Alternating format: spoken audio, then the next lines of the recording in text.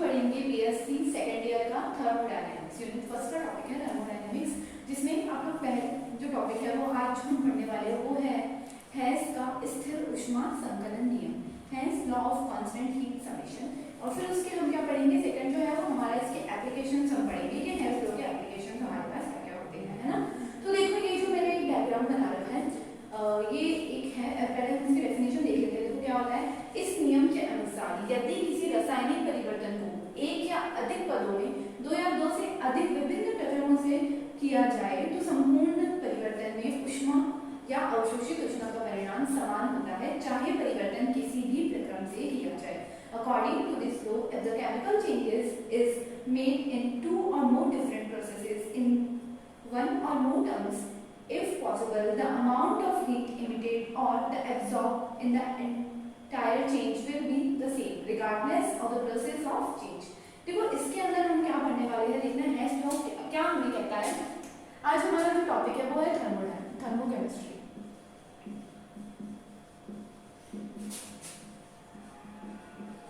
Thermochemistry, ठीक है ना। थर्मोकेमिस्ट्री जिसे मैं क्या कह देती हूँ, ऊष्मा रसायन।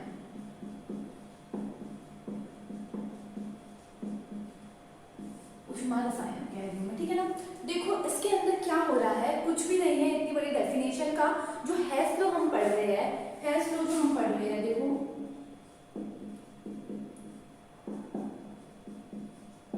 हेस नियम जो हम पढ़ने जा रहे हैं, हेस लॉ जो हम पढ़ रहे हैं, उसके लिए इन्होंने बस सिंपल सी बात ये कही है कि अगर मेरे पास एक ए जो है वो मेरे पास क्या है, रिएक्टेंट है ना। ए रिएक्टेंट रिएक्ट करके हमारे पास क्या बना रहा है, बी बना रहा है, ठीक है। अगर इसकी एंथैल्पी H1 है, इसकी एंथैल्पी H2 है, और यहाँ से यहाँ पहुंचने में डेल H टोटल एंथैल्पी हमारे पास लग गई है। ये A से B बनने में एंथैल्पी चेंज क्या आ गया है, हमारे पास डेल H एंथैल्पी चेंज हमें मिल गया है ना। तो अगर मैं A को B में बनाऊं और इसको मैं इसमें बनाऊं, पहले C में बना लिया, फिर D में बना लिया, और फिर मैं B को बनाऊं, मतलब यहाँ पे एंथैल्पी A से B C पहुंचने में डेल H1 हो गई, C से D पहुंचने में डेल H2 हो गई, और D से B पहुंचने में एंथैल्पी चेंज हो गया, डेल H3 हमारे पास हो गई। तो हेस लॉ के अकॉर्डिंग ये जो टोटल एंथैल्पी चेंज है वो किसी भी, मतलब हम किसी भी प्रोसेस से पहुंचे, किसी को भी कौन सा भी रूट हम चूज कर ले, मान एक आता है। मतलब ये कि भले मैं यहाँ से यहाँ पहुंचूं या यहाँ से C पहुंचूं, D पहुंचूं और फिर B पहुंचूं, यहाँ से यहाँ पहुंचूं, इसमें और इसमें जो एंथैल्पियों का परिवर्तन है वो क्या रहेगा, समान रहेगा। समान करने का मतलब ये है कि जो डेल H जो है हमारे पास, डेल H जो है मतलब A से B वाला जो है वो डेल H1 के साथ में del H2 plus del H3 की जोड़ के हमें बराबर मिल जाता है, ठीक है ना। ये ही हमारे पास हेस का नियम है। देखो अब हेस का नियम जो है वो हमें यही बताता है कि भाई ऐसा ऐसा होता है ना। अब इसके कुछ क्या है यूजेस है, इसको हम किस किस तरीकों से हम इसको यूज में लेते हैं और ये हमारे क्या क्या काम आता है केमिस्ट्री में, वो अब हम पढ़ेंगे, है ना। तो देखो पहले जो एक डायग्राम मैंने दे रखा है इसके अंदर, देखो ये रहा रिएक्टेंट से मैंने क्या किया है, प्रोडक्ट बना दिया ए के माध्यम से, है ना। उसके बाद देखो ए से रिएक्टेंट से लेके मैंने ए से जाके ए रूट से जाके मैंने प्रोडक्ट बना दिया। तो दूसरा मैंने क्या किया, देखो ए से मैंने क्या बना दिया है, इंटरमीडिएट बना दिया है, ठीक है। उसके बाद मैंने क्या कर दिया, ये सी बी इंटरमीडिएट मैंने बना दिया है। तो इन दोनों का जो रहेगा ना, जो ए का मान है वो इन दोनों के क्या हो जाएगा, डिफरेंस के मुझे बराबर मिल जाएगा, ठीक है ना। ये ही हमारे पास हेस का लॉ है। उसके बाद हम बात करते हैं, देखो हेस के नियम के अनुप्रयोग और एप्लीकेशन ऑफ हेस लॉ।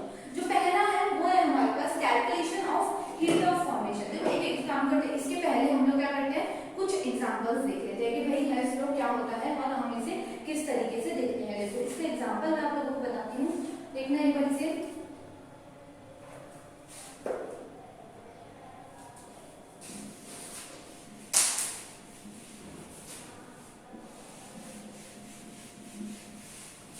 अब हम इसको रिएक्शन के थ्रू समझेंगे कि हेस लॉ क्या होता है। देखो C जो है हमारे पास सॉलिड है, ठीक है ना। इसकी हम O2 से रिएक्शन करा रहे हैं, है ना। O2 से रिएक्शन करा रहे हैं, इसमें गैस O2 है, उससे रिएक्शन करा के हम क्या बना रहे हैं, CO2 बना रहे हैं।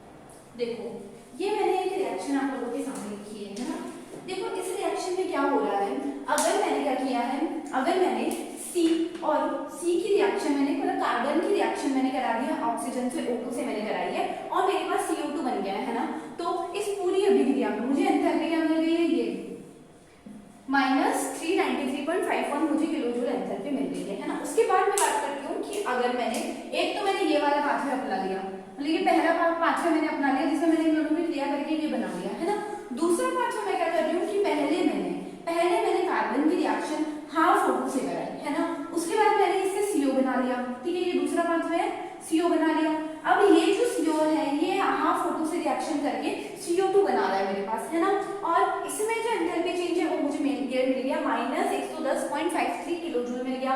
उसके बाद इसमें जो एंथैल्पी चेंज है डेल एच जो है वो -282.98 किलोजूल मुझे मिल गया है ना। तो मतलब ये कि एक पाथ तो ये है, पहला जो पाथ है मेरे पास, पहला जो पाथ है मैंने ये पथ जो है मैंने पहला पथ तो मैंने ये ले लिया है, ये है ना, पहला पथ मैंने ये ले लिया है, और दूसरा पथ जो है मेरे पास सेकंड जो वेव है मैंने ये ले लिया है ना, मैंने ये ले लिया है ना। इसके लिए एंथैल्पी चेंज ये मिल गया है, इन दोनों के मतलब पहले इससे ये बना फिर ये बना, मतलब दो प्रोसेस से गुजरे, इसमें ये बना, अब इन दोनों को जोड़ दूंगी, वही ये हमको दे देगा डेल H1, ये दे देगा डेल H2 और ये टोटल हो गया डेल H। इन दोनों को जोड़ दो, देखो 8 9 10 कहे, इन दोनों को जब आप जोड़ दोगे तो हमें क्या मिल जाएगा, देखना कौन से रूल से किया है इनको, डेल H हमारे पास बराबर होता है डेल H1 के प्लस डेल H2 के हमें बराबर मिल जाएगा, तो डेल H1 है और 2 है, इन दोनों को जोड़ दो 8।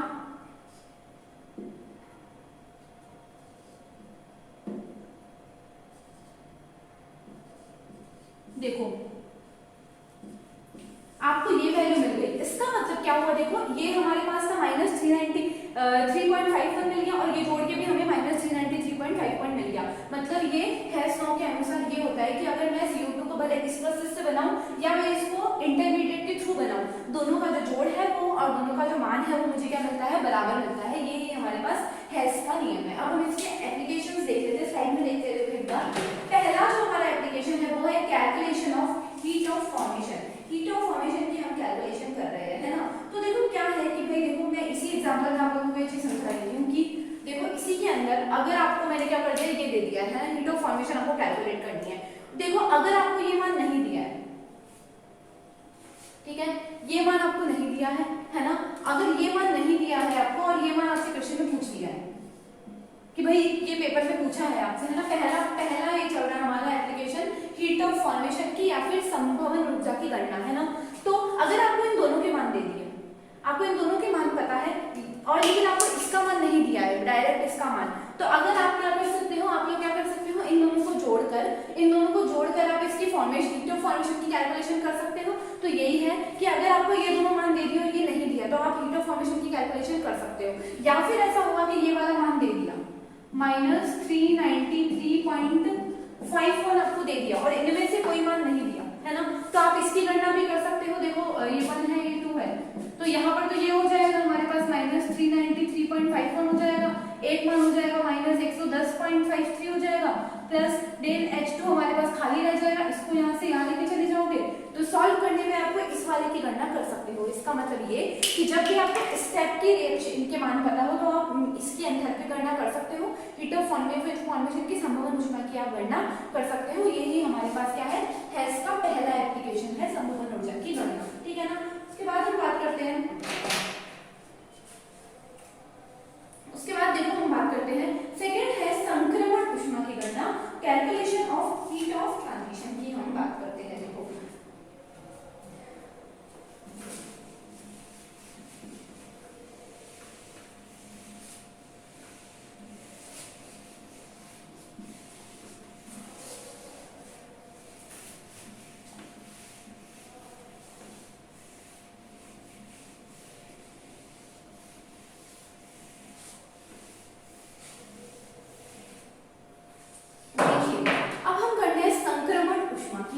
सेकंड जो हमारा एप्लीकेशन है वो है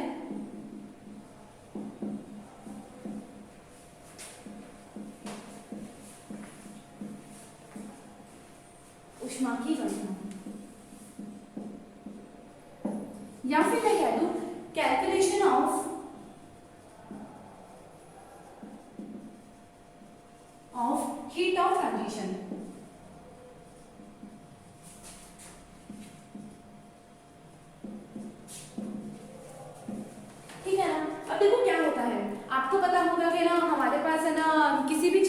अपर ग्रुप होते हैं, जैसे कि सल्फर के हमारे पास है ना 3 अपर ग्रुप हमें मिलते हैं, है ना।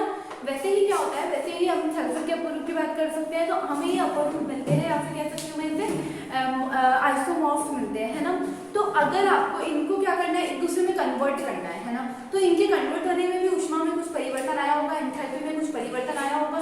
तो ये जो परिवर्तन है, ये जो चेंजेस है, इसी की गणना जो होती है वो कहलाती है हमारे पास हीट ऑफ ट्रांजिशन की और संक्रमण ऊष्मा की गणना कहलाती है, ठीक है ना। तो देखो क्या हो रहा है इसके अंदर कि हमारे पास माना कि एक एग्जांपल है सल्फर, एक नताक्ष है, मतलब कि मोनोक्रोमेटिक है ना। तो देखो क्या है, एक नताक्ष जो हमारे पास सल्फर है, इसको हमें क्या करना है, इसे हमने कन्वर्ट कर दिया है। सबसे पहले किसमें कन्वर्ट कर दिया है, इसकी O2 से रिएक्शन करा दी है ना। O2 से हमने जब इसकी रिएक्शन करा दी तो हमें SO2 मिल जाएगा, SO2 हमें मिल जाएगा जो कि हमें गैस अवस्था में मिलेगा। और इसकी हीट ऑफ फॉर्मेशन जो है वो हमें कितनी मिली है, डेल H बराबर मिल गया है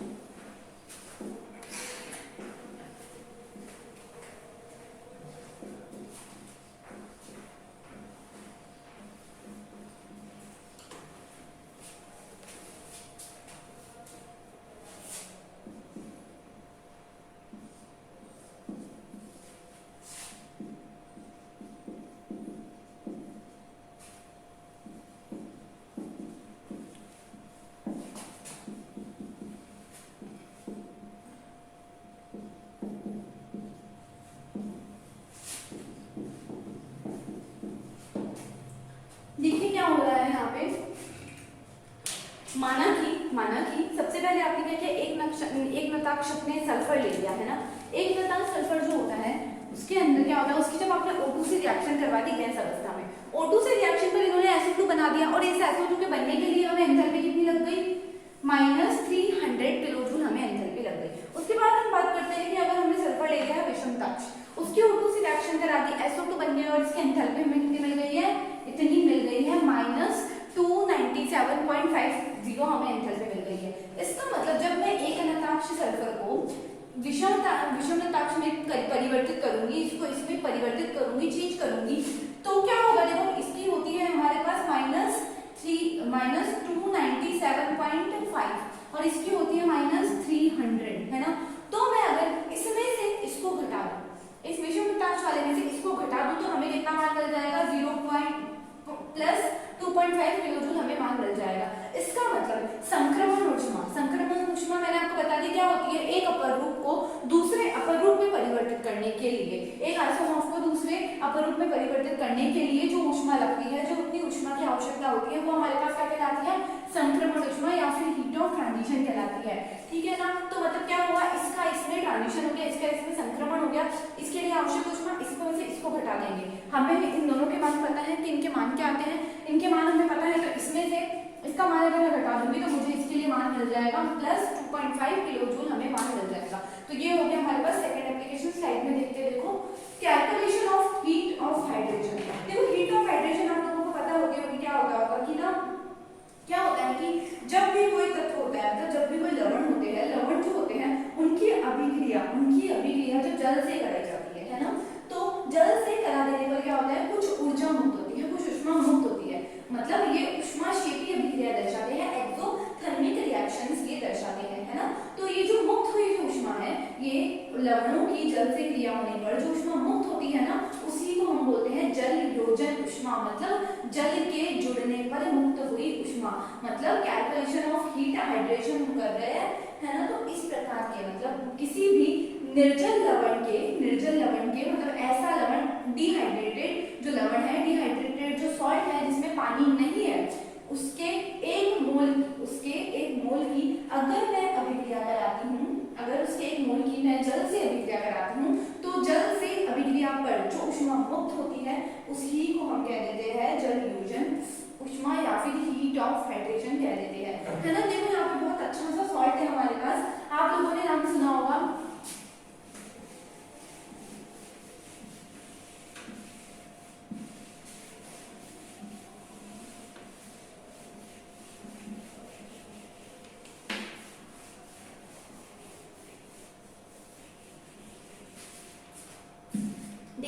आप लोगों ने नाम सुना होगा, तीसरा है हमारे पास जलयोजन उष्मा या हीट ऑफ हाइड्रोजन की रिएक्शन।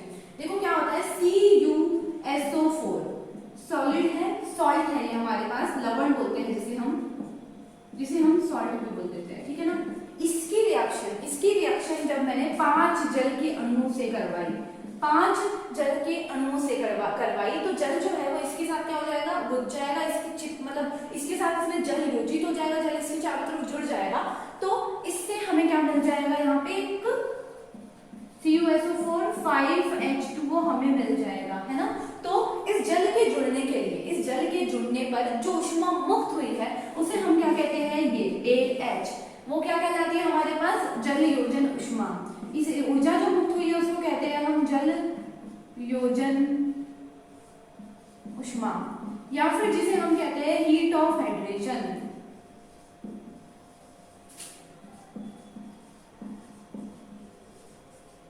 हीट ऑफ हाइड्रेशन कहते हैं, मतलब किसी भी लवण की जल से अभिक्रिया पर जो ऊष्मा मुक्त होती है उसे हम कहते हैं हीट ऑफ हाइड्रेशन, जलयोजन उष्मा।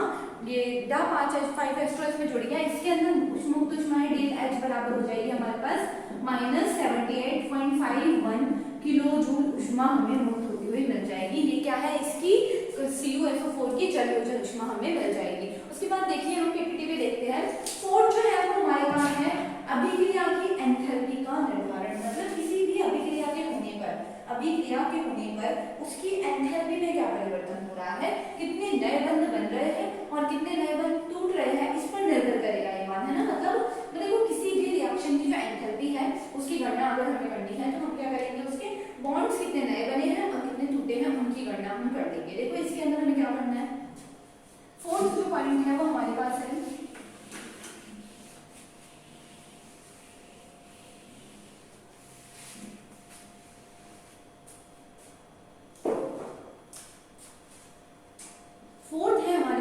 अभिक्रिया की एंथैल्पी का निर्धारण।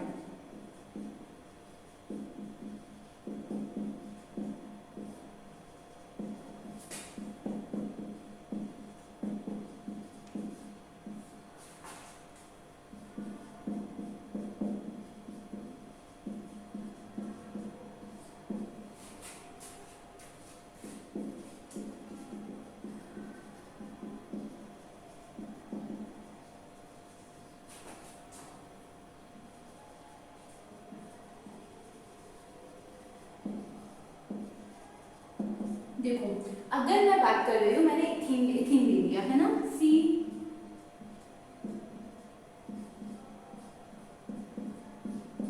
ये ले लिया। अगर मैंने इसकी रिएक्शन करा दी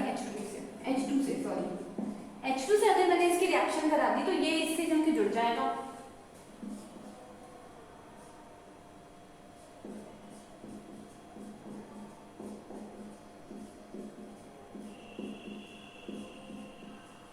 ठीक है। तो देखो आपके पास ना अब इन दोनों की इसके बनने पर इथेन के बनने पर जो एंथैल्पी का परिवर्तन है ना, हमें उसकी गणना करनी है।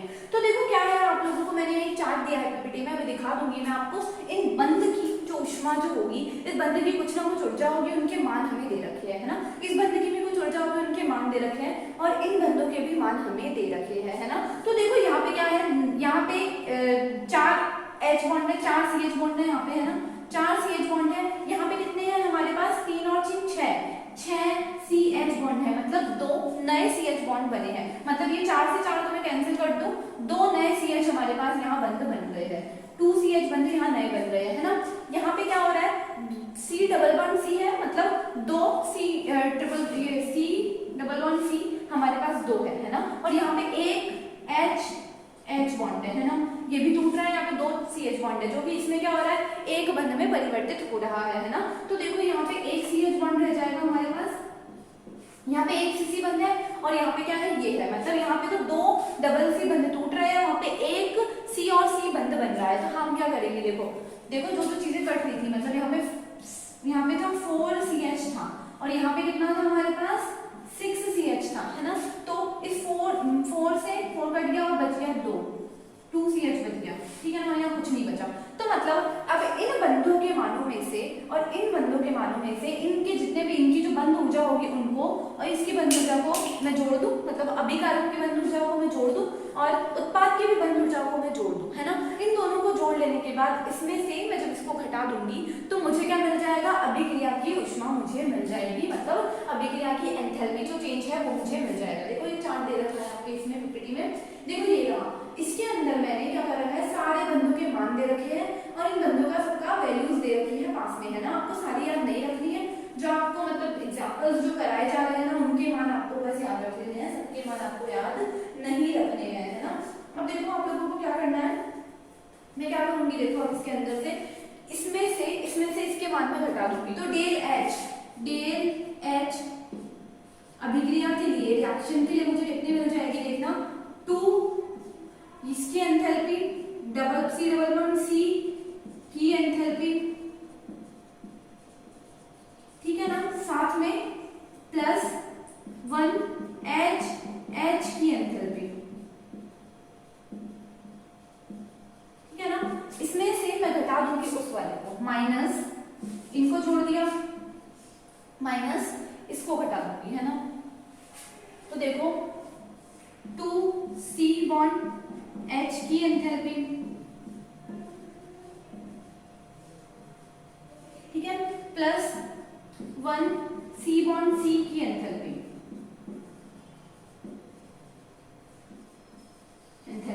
अब क्या करूंगी, देखो C का जो मान है वो मैं रख दूंगी, देखो कितना है हमारे पास C का मान, हमारे पास है 615 जो मान है वो मैं रख दूंगी, और इन मानों को रखने पर मुझे हमारी जो एंथैल्पी है उसकी गणना मैं कर सकती हूँ, है ना।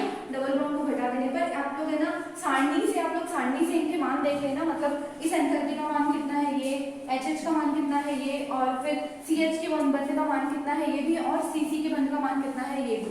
ये देख लेने के बाद जब आप इनके मान रख दोगे और जब इनको सॉल्व करोगे तो आपको डेल H का मान मुझे क्या मिल जाएगा, इस अभिक्रिया के लिए एंथैल्पी परिवर्तन मुझे मिल जाएगा। मतलब कुछ भी नहीं करना है आप लोगों को, जो भी आपको दे रखा है ना, उससे हमको जो उत्पाद मिल रहा है, तो बस बंध जितने बने हैं वो, और जितने यहाँ बने हैं उनका, और जितने यहाँ से टूटे हैं उन सब की गणना कर लेनी है, और उन दोनों का जो अंतर है वो ही हमारे पास क्या हो जाएगा, अभिक्रिया की एंथैल्पी हो जाएगा, है ना। उसके बाद हमारा जो फिफ्थ है एप्लीकेशन, वो क्या है देखना है एक बार। फिफ्थ एप्लीकेशन है आपका यौगिकों के संभवन एंथैल्पी का परिकलन, मतलब कि calculation of enthalpies of formation of compound. हम किसी भी कंपाउंड को अगर बना रहे हैं तो उसकी एंथैल्पी में क्या परिवर्तन हो रहा है, क्या चेंजेस आ रहे हैं, हमें उसकी गणना करनी है ना। देखो ये भी सेम है, ऐसी तरीके से किया जाता है। मैं आपको एक एग्जांपल बता देती हूँ, है ना।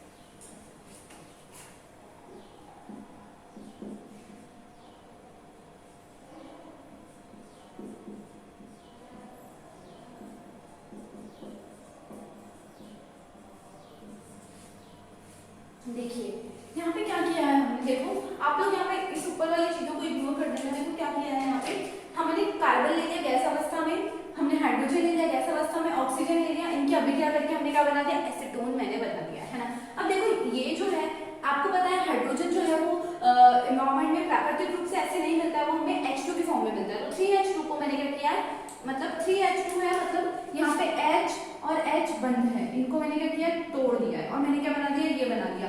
मतलब इस बंध को तोड़ने के लिए कुछ एंथैल्पी चाहिएगी, है ना। उसके बाद हाफ O2 है, तो O और O इनके मध्य के बंध को तोड़ने के लिए कुछ एंथैल्पी चाहिएगी, है ना। उसके बाद जो कार्बन है वो हमारे पास सॉलिड में होता है, कार्बन जो होता है वो ठोस अवस्था में होता है, तो ठोस से इसको गैस में परिवर्तित करने के लिए क्या करना पड़ेगा, सब्लिमेशन करना पड़ेगा, उसका ऊर्ध्वपातन करना पड़ेगा, ऊर्ध्वपातन। तो इस ऊर्ध्वपातन के लिए भी हमें कुछ ऊर्जा चाहिएगी। और यहाँ क्या हो गया, नए 2 CC बंध बन गए, देखो 2 CC, एक ये रहा और एक ये रहा, 2 CC बंध बन गए। उसके बाद 6 CH, 1 2 3 4 5 6 CH बंध बन चुके हैं, है ना। उसके बाद बात करते हैं CO, एक CO बंध भी हमारे पास बन चुका है, C++O बंध भी हमारे पास बन चुका है ना। अब देखो क्या हो रहा है, जब मैंने इनकी बात की है ना, तो सबसे पहले 3H2 को तोड़ने के लिए ऊष्मा जो हमें लगेगी वो हमने लिख दी, 3H2 को तोड़ने के लिए ऊष्मा लगी वो मैंने ये लिख दी, है ना। उसके बाद मैं बात करती हूँ एक हाफ O2 को तोड़ने के लिए जो ऊष्मा लगी वो ΔH लग दी, मैंने यहाँ लिख दी, है ना। उसके बाद एक C सॉलिड से C गैस में परिवर्तित करने के लिए जो ऊष्मा लगी वो मैंने यहाँ पर लिख दी, है ना। इनको जोड़ दिया, ठीक है। इसमें से इनके जो नए बन रहे हैं उनके मानों को क्या करूंगी, घटा लूंगी। तो मतलब 2 कार्बन बॉन्ड के बनने के लिए जो ऊष्मा लगी वो मैंने यहाँ रख दी, 6 CH बनने के लिए जो ऊष्मा लगी वो यहाँ रख दी, CO बनने के लिए जो ऊष्मा लगी वो यहाँ रख दी, ठीक है ना। इन दोनों का जो अंतर है, इससे हम किसी भी तत्व के बनने के लिए एंथैल्पियों में जो परिवर्तन हुआ है वो उसकी गणना हम यहाँ पे कर सकते हैं, है ना। इस तरीके से आपको कुछ नहीं करना है, बस आपको पता लगाना है कौन कौन से बंध टूटे हैं और कौन कौन से नए बंध हमारे पास बन रहे हैं, फिर उनका जो अंतर रहेगा उससे हम क्या कर सकते हैं, एंथैल्पी की गणना आप लोग कर सकते हैं, है ना। और ये मान आपको सामने में दे रखे हैं, तो मान रखकर आप लोग इनको याद कर लीजिएगा, है ना। उसके बाद हम बात करते हैं स्लाइड में देखना अनुनादिक ऊर्जा का निर्धारण। देखो क्या होता है, किसी भी तत्व की अनुनादिक ऊर्जा का अगर हमें निर्धारण करना है तो हमें क्या करना होगा। देखो जैसे कि हम बात करते हैं बेंजीन की, है ना। तो देखो बेंजीन में क्या होता है, बेंजीन की जो कैपिलरी संरचना होती है, देखो कैपिलरी संरचना जो बेंजीन की होती है वो क्या होती है, देखना एक बार।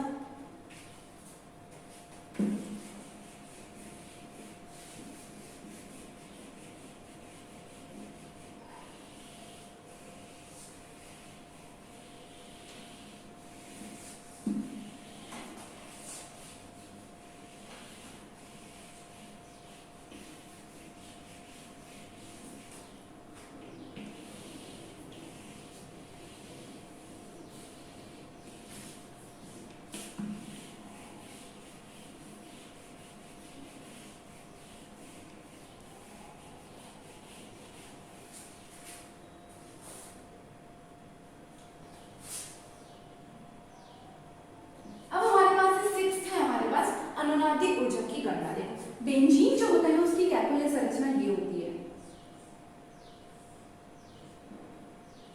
देखो एक चीज जो ध्यान रखने की है, सारे जो बंध है वो आपको इक्वल बनाने हैं, है ना, ठीक है ना। देखो ये जो है ये हमारे पास हो गया, उसके बाद यहाँ पे क्या रहता है, हाइड्रोजन जुड़ी रहेगी।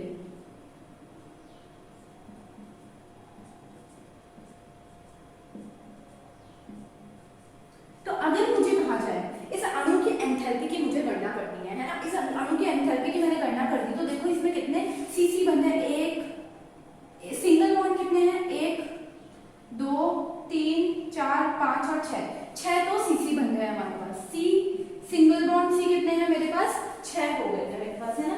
6 तो मेरे पास सीसी हो गए हैं, जिनमें से देखो 3 जो है वो तो डबल बॉन्ड है ना, तो मैं इसको क्या कर दूंगी, 3 1 2 3 तो मेरे पास सिंगल बॉन्ड हो गए, 1 2 3 ही मेरे पास क्या हो गए, सी डबल बॉन्ड सी मेरे पास डबल बॉन्ड हो गए, है ना।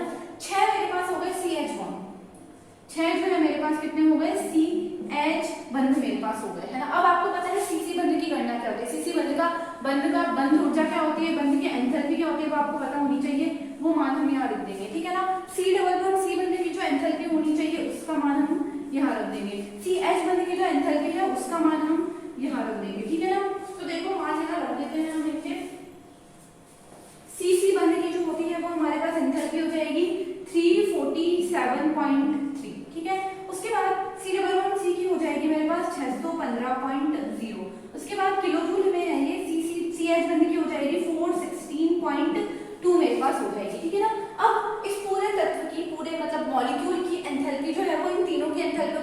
बराबर हो जाएगी। तो टोटल एंथैल्पी इसको गुणा करने पर, सॉल्व करने पर हमें कितनी मिलेगी, 5384.1 हमें मिल रही है ना। इनको जोड़ देना, आप इनको मल्टीप्लाई कर दोगे अंदर, फिर इसको जोड़ दोगे तो हमें ये मिल जाएगी, है ना।